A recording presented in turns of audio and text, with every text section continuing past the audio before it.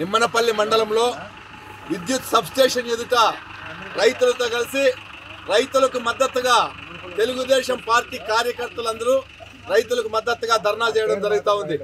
ముఖ్యంగా ఈ ప్రభుత్వం వచ్చిన తర్వాత ట్రాన్స్ఫారాలు ఇవ్వడంలో డబ్బులు తీసుకొని అధికారులు ఇష్టానుసారంగా ఇస్తున్నారు. ఒక సీరియల్ లేదు, ఎవరు డబ్బులు ఇస్తే వాళ్ళకి ముందు ఇస్తారు. 2 ఏళ్లప్పుడు రిజిస్టర్ చేసుకున్న రైతు డబ్బులు లేకపోతే అట్లే పెండింగ్ లో పెట్టున్నారు. సమయ పాలన లేకుండా కరెంట్ ఇస్తున్నారు.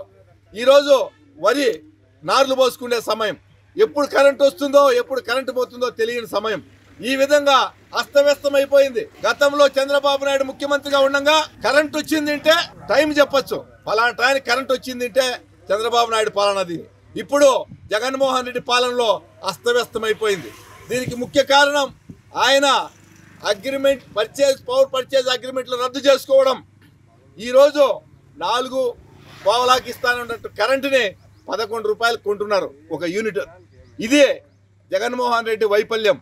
దూరదృష్టి లేకుండా ఆయన తీసుకున్నటువంటి నిర్ణయాల్లో రైతులు నట్టేట ముంచుతున్నారు. కాబట్టి ఇకనైనా అధికారులు సీరియల్ ప్రకారం ట్రాన్స్ఫరాలు ఇవ్వాలా, అవినీతి లేకుండా పారదర్శకంగా ఇవ్వాలా, అదేవిధంగా ప్రతి ఒక్కరికి సమయ పాలనతో కరెంట్ ఇవ్వాలా. అంతేగాని రైతులను ఈ మాదిరిగా అన్యాయం చేయడం తగదునే. విద్యుత్ అధికారుల అవినీతి, విద్యుత్ అధికారుల అవినీతి, విద్యుత్ అధికారుల అవినీతి, రైతుల పట్ల పక్షపాతం వహిస్తున్న విద్యుత్ అధికారుల తీరు మారాలి. అటువంటి రైతుకే వెన్నెముక లేకుండా చేసే పరిస్థితి ఏర్పడింది ఈ ప్రభుత్వంలో.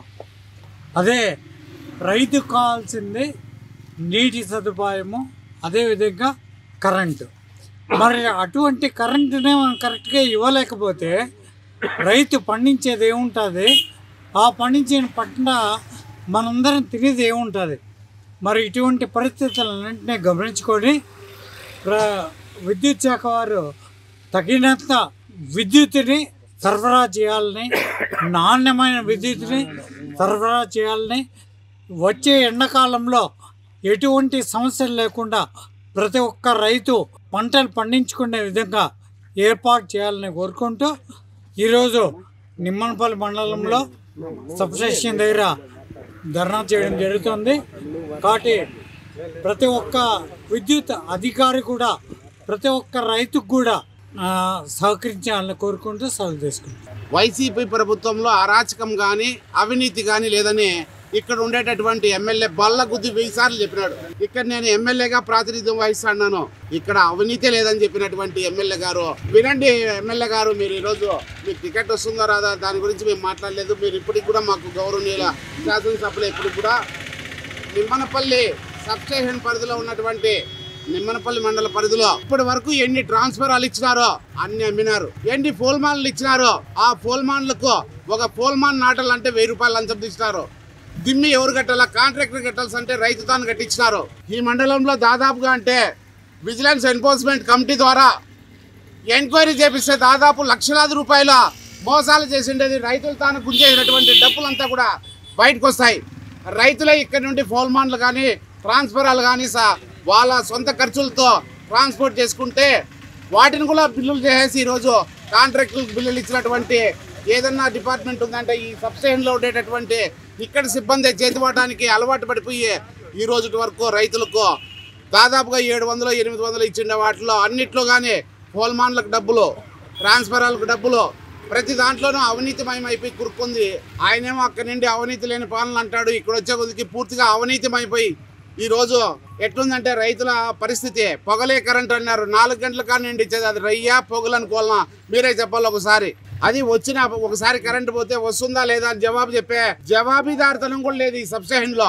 ఒకసారి విజిలెన్స్ కమిటీ ద్వారా గౌరవ శాసనసభలో మీ మాట నిజమైతే మీరు అవినీతిని వ్యతిరేకిస్తే అవినీతి అనేది మీకు కనపడకన్నా ఉండేట్టుగా మళ్ళా మచ్చలేని నాయకుడిగా మీరు నిలవాలంటే గౌరవ ఎమ్మెల్యే గారు నిమ్మనపల్లి సబ్స్టేషన్ పరిధిలో ఉన్నటువంటి మండల పరిధిలో ఉన్నటువంటి అందరికీ ఇచ్చినటువంటి ట్రాన్స్ఫరాలు, ఫోల్మాన్లు వాటిని విజిలెన్స్ ద్వారా ఎంక్వైరీ చేపిస్తే మీకు తెలుస్తుంది ఎంత అవినీతి జరిగిందో, ఎంత మోసకపోయినారో రైతులు.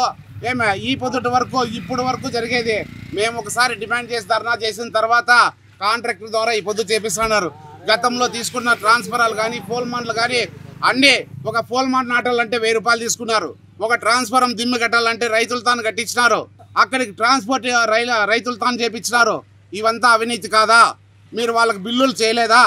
వీటినంతా కూడా గ్రహించి గౌరవ శాసనసభలో మీరు వీళ్ళపైన విజిలెన్స్కు రికమెండ్ చేసి విజిలెన్స్ ఎంక్వైరీ చేపిస్తే వీళ్ళ బండారం మొత్తం బయటపడుతుందని, రైతులకు న్యాయం చేస్తారని ఆశిస్తూ మీరు దయచేసి ఇంకా మీరే ఎమ్మెల్యే మాకు, కాబట్టి ఎమ్మెల్యే గారు దీనిపైన చొరవ చూపే ప్రభుత్వానికి ఉన్నతాధికారుల దృష్టికి తీసుకుని నిమ్మలపల్లి సబ్స్టేషన్ పైన దర్యాప్తు చేయించాల్సిందిగా కోరుతున్నాను. ఎక్కడైనా బావులకు కానీ బోర్లకు కానీ కొత్త కనెక్షన్ కావాలంటే ఇవ్వటం లేదు. అదేవిధంగా ఈ కరెంట్ ఎప్పుడు వస్తుందో ఎప్పుడు పోతుందో మేము పంటలు పెట్టుకోవాలన్నా వద్దని చెప్పి పెద్ద ఎత్తున రైతాంగం అంతా కూడా ఈరోజు సబ్ స్టేషన్ ముట్టడికి వచ్చారు. అందులో భాగంగా మేమందరం కూడా ఈరోజు సబ్ స్టేషన్ లో అధికారులు నిలదీయడానికి వచ్చాం. అధికారుల యంత్రాంగానికి ఒకటే చెప్తా ఉన్నాం, మీరు ఖచ్చితంగా జగన్మోహన్ రెడ్డి గారు చెప్పినట్లు ఇస్తారా ఇవ్వరా? ఇవ్వకపోతే రిటర్న్ గా మేము ఈ టయానికి ఇస్తాము, ఈ టయానికి ఇవ్వటం లేదని రిటర్న్ గా ఇవ్వమని రైతాంగం తరపున ఇక్కడ ఉన్నటువంటి ప్రభుత్వ యంత్రాంగాన్ని నిలదీస్తున్నాం. మేము ఒకటే చెప్తా ఉన్నాం, తక్షణమే మీరు ఎన్ని గంటలు ఇస్తారో అన్ని గంటలు రైతాంగానికి సక్రమంగా ఇవ్వండి. లేని పక్షంలో మదనపల్లి నియోజకవర్గంలో ఈ కార్యాలయాన్ని ముట్టడించి స్తంభింపజేస్తాం, పాలనను స్తంభింపజేస్తామని చెప్పి ఈ ప్రభుత్వాన్ని చాలా తీవ్రంగా హెచ్చరిస్తూ సెలవు తీసుకుంటున్నాను. జై హింద్, జై తెలుగుదేశం, జై చంద్రబాబు నాయుడు.